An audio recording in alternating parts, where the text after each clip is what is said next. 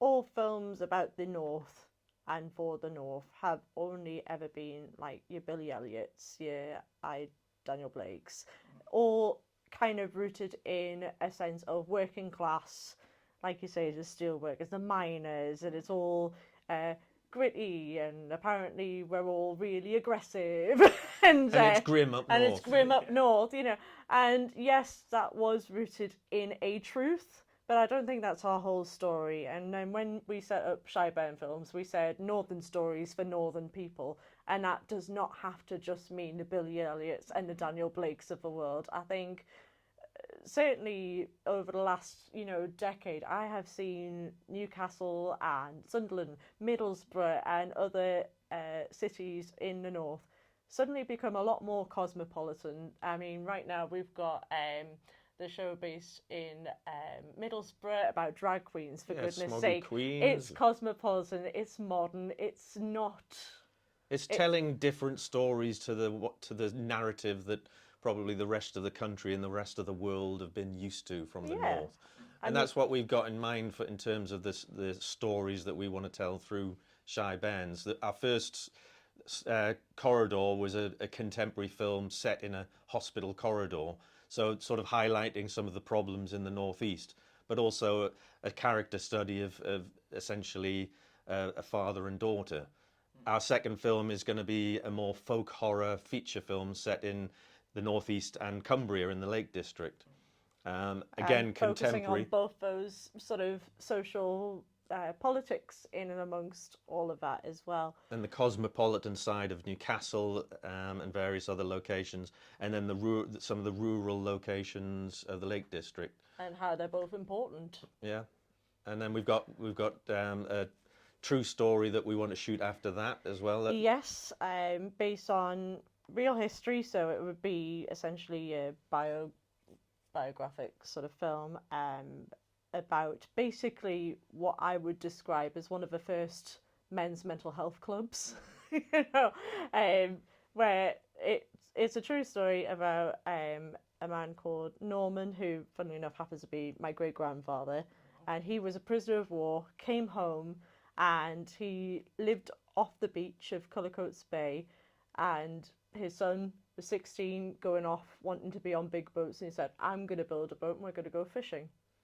And he got all his friends who knew absolutely nothing about building boats, and they all cobbled together this cobble, and it went off, and they got quite a bit of sort of support from the government behind it and all sorts, and the military, and it was all really quite amazing.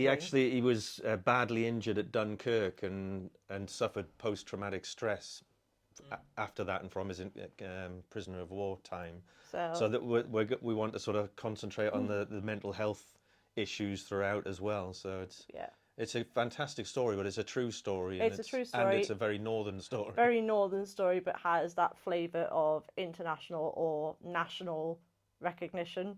Like, it wasn't just anyone, or anyone could have gone to Dunkirk at that time. Anyone could have been that person. It just happens to be that this is a northern lad that did it.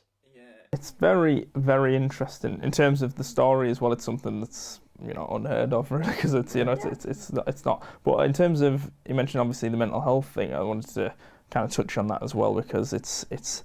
So some people, it seems like mental health is almost a new thing, but it clearly isn't. It's clearly It's always been there. Yeah. It's maybe gone by different names. I mean, we had shell shock back in the First World War.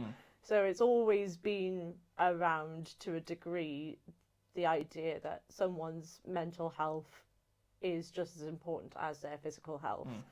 I think it's very abundant in our research of Norman for the little boat that it was never mentioned, but clearly did have post-traumatic stress disorder. And for the most part, he hid it, but it would come out at times. In really weird ways that we can now easily identify. So at one point, he goes into the workshop to build the boat, and another chap was diarying the whole thing.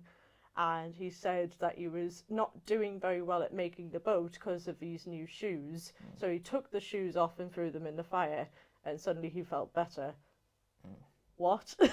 There's just loads and loads of little instances like that of But there's also loads of humour in it as well. Oh. The camaraderie between all of these blokes who get together to build this boat, and none of them having a clue how to do it, and making loads of mistakes. But ultimately, they do eventually do it, and the boat is still here to this day. So yeah, it's incredible what people can achieve, and that's a beautiful, incredible story, and I hope you can go. Yeah, we'd love to. I think it's there's plenty of examples of one of my favourite recent ones is Society of the Snow People. Have you heard of that one? I've heard of it, but I haven't seen it yet. It was fantastic. It's like the longest people have ever survived from a plane crash in the Andes, I think it was, and it was just people just in a situation that none of them had any real experience of. A lot of them were young, kind of amateur rugby players. Yeah. Yes. I remember the original film version of it called Alive that came out back in the 90s, I think, with Ethan Hawke. Yeah, that's right. So I've seen that, but I haven't seen this new version of it yet. So yeah. Interesting to watch. So to kind of tie it all in is the idea of 16-year-old lads just kind of thinking, oh, we'll give this a go, this will be a laugh, and it works. Yeah. It works. Let's just give it a go. Yeah. And I think a lot about the whole creative industry is just give it a go. Yeah. Because what's the worst that can happen? Yeah. Exactly. I mean, it's quite high stakes if the boat goes wrong. We're all going to die. Still give it a go. No one's going to die. Yeah, you're not going to die if you step out on that stage. If you are an actor and if you're not Rod Glenn, you are going to die. That's the final message. Leave all the roles to Rod, and then we're all safe. And Kathryn. Okay, Kathryn, have something as well. No, I'll die. It's fine. Brilliant. Well, I think that is another lovely tie in there. So yeah, one more time. We can find you online at.